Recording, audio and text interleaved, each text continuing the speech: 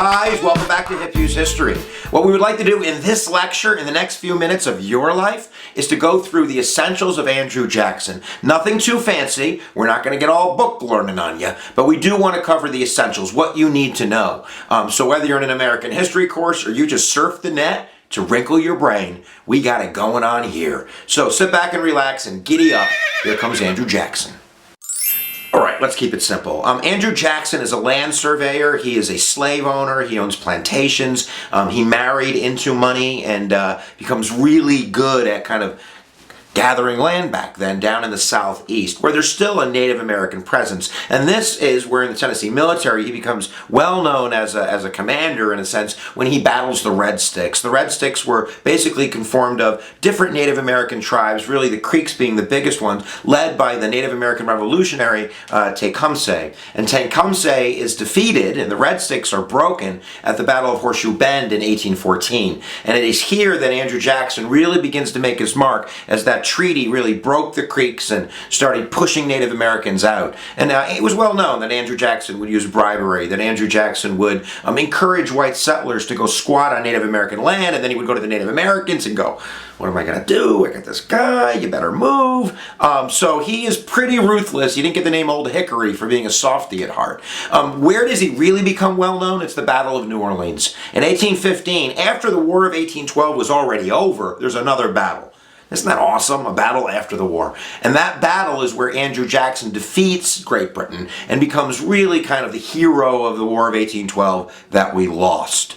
Go figure. All right, let's get this guy elected president soon enough.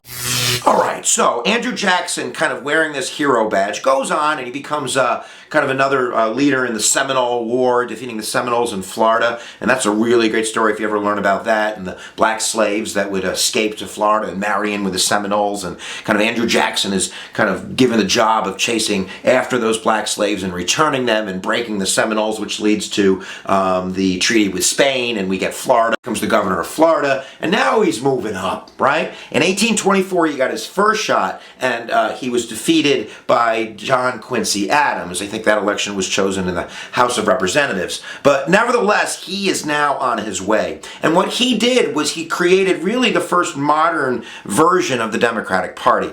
And the Democratic Party of today is not the Democratic Party of yesterday. This is a party of the South. This is a party that's built after the former remnants of what we would consider kind of the anti-Feds or the Democratic Republicans. It is states' rights orientated. It is against Northern interests. This is where we get that kind of common man era. And, I feel a little weird saying that, Jackson's the leader of new democracy in America because, he thinks Native Americans are savages and black people are property. But nevertheless, it's that idea that poor white people are beginning to participate, that their voices are beginning to be heard in this new Democratic Party. And therefore, he's going to use that with the expansion of voting rights after we eliminate property rights in states to get elected in 1828. So Andrew Jackson is now the 7th president of the United States. He's a kind of a commoner in the eyes of many Americans, even though he owns slaves and plantations. But nevertheless, this guy is ready to go. So let's look at his policies and what the multiple choice vocabulary is, because I know you're out there going, Hughes, give me the vocab.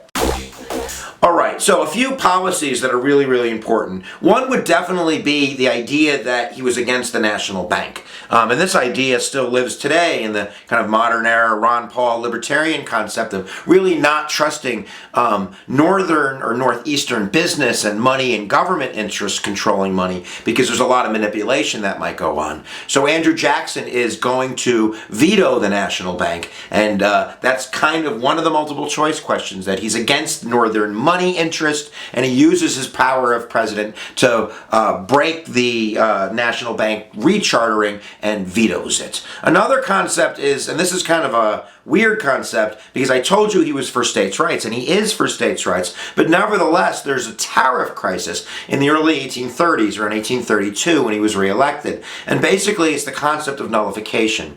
After the Congress and this Tariff Act is passed, tariff is a tax on imports, the southern states kind of go bazooka. They're like, I ain't paying that tax. Because this hurts me, baby. If I'm going to raise tax on French underwear, when I go to the store, all the underwear is going to be expensive. And Fruit of the Loom up north is going, this is awesome. Everyone's going to buy my underwear. So in a generality kind of way, the North likes tariffs because it insulates Northern manufacturers, while the Southern Democratic Party doesn't like tariffs because all the prices go up in Walmart.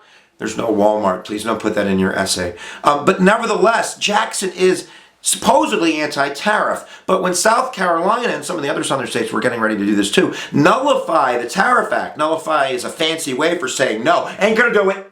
I ain't going to do that. I ain't going to pay that. What are you going to do? What you going to do? What you going to do? Andrew Jackson going to kick your beep. Andrew Jackson uses the threat of military force with South Carolina. This is like a mini civil war in a sense, because he believed in the idea of national unity, that states' rights was important, that reserve powers in the 10th Amendment was important, but at the end of the day, we all belong to the United States of America, so therefore he rejected the concept of nullification. I got another answer at my foot. Let me pick it up and see what it took. All right, two more things, maybe three more things. I don't want this to go too long, but these are questions generally on exams in U.S. history. Another vocab word we'll throw at you is the spoils system. And the spoils system is really kind of a system of patronage that Andrew Jackson brings to the White House. Patronage is that you bring people with you. You bring your peeps. And kind of there's a positive and a negative kind of attribute to the concept of spoils system. In one sense, there's a large turnover. It's kind of that democratic idea that you got new blood and you got locals and you got people that haven't been involved in government before coming to government. But it's also that idea that this is bad because they don't have that skill set to run the post office. Because these jobs are not always political. They're civil service jobs. Today we take a test to get a job in the post office. Back then, you had to be a Jackson peep. To the winner goes the spoils, and Andrew Jackson brings that patronage system, which eventually will lead to the assassination of Garfield, the President Garfield, by an upset job seeker, and that leads to the Pendleton Act, which gives us our modern civil service exams and system. So thank you, Andrew Jackson. Okay, let's do it, Native Americans. Andrew Jackson wants them out. And really, America had a huge conversation at this time period of whether to, basically eliminate the savages or civilize the savages. And as awful as that sounds, it ends up being civilize the savages, although the ones that rebelled were killed. But Andrew Jackson wants these Native Americans out, and he really supports the Indian Removal Act, which was a law passed by Congress that basically means what it says, that all of the Native American tribes down in the Southeast get the hell out. You got to go on the other side of the Mississippi. Eventually, we're going to push these Native Americans to Oklahoma because nothing grows in Oklahoma.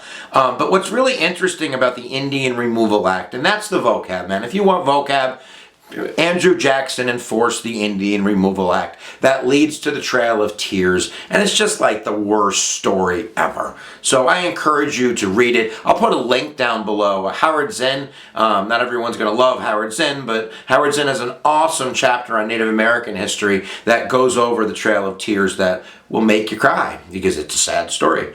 But nevertheless, a court case that we're going to end this lecture with is Worcester versus Georgia. And in Worcester versus Georgia, I always do this with my kids. I go, basically, somebody is suing Georgia to stop the enforcement of the Indian Removal Act. A Native American interest, this is Worcester, is saying that this is unconstitutional. That you can't take people's property away and just shoo them like a fly, like get out of the room. And of course, in 1832, when this goes to the Supreme Court, who's the Supreme Court going to rule for? Come on, man. The Native Americans or the white guys, the government? It's the Native Americans. I shoot you not. Yeah, this Marshall, I think, was still around. And Marshall basically writes his decision saying, you can't do this. The Constitution forbids this. And Jackson says, the hell are you going to do? You made your decision. You go enforce it, Marshall. What are you going to do? Towel whip me with your big black robe? Ooh, scary business. And sometimes you'll see kind of this poster, and maybe I'll put it right here, of kind of Andrew Jackson, right, with a crown on his head and standing on the Constitution. And that's that concept that he is basically ignoring judicial review. He's violating, in a sense, at least unwrittenly, the concept of separation of powers, and he's going to be a gangster president. And he believes this is what's best for the country, so he shoo flies shoo, and the Native Americans leave. So, Andrew Jackson in a nutshell, baby. All right, guys, check out the links below. We got some really great ones for you, including other EDU gurus, other EDU geniuses down there. I mean, if you watch Smarter every day, because when you watch it, you know what happens? You get smarter every day. All right, guys, where attention goes, energy flows. Thanks for watching. Please subscribe, and assalamu alaikum.